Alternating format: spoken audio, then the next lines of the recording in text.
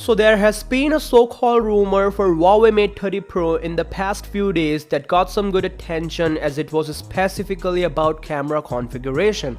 Not that we had any numbers about the camera, but yeah, it sounds bad when we hear it for the first time. According to the rumor, the upcoming flagship phone will leak a periscope zoom camera that Huawei implemented on the P30 Pro this year. There was a lot of buzz around this thing, and it's kind of become a center of attraction for almost every user. The Mate 30 Pro, which is not a part of production line yet, is reportedly a part of different strategy. A well-known digital blogger on Weibo says that the device will indeed ditch the sensor for a different type of lens. According to what he believes, Huawei is going to implement a bigger sensor in the place of the zoom camera, which occupies more space, and now they are left with no option but to ditch the periscope zoom technology. The camera sensor that Huawei is considering in place of it is 1 by 1.5 inches, which is significantly bigger than the 1 by 2.5 inches on Galaxy Note 10.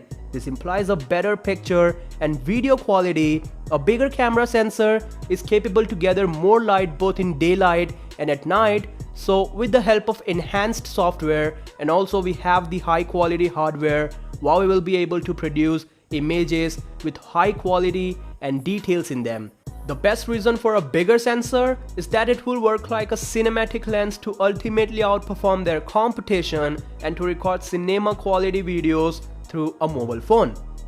That being said, the Mate 30 Pro will have 4 cameras on the back as the P30 Pro did, and the megapixel count for these 4 looks like this. Universe, who's a very reputable leaker out there, says that an unknown phone has 240 megapixel and 8 megapixel and a TOF sensor on the rear. It's typical Universe at its best, and obviously he's talking about the Mate 30 Pro. There's a 40 megapixel primary sensor, another 40 megapixel cinematic lens with ultra wide capabilities, and 8 megapixel telephoto lens, and the TOF 3D camera.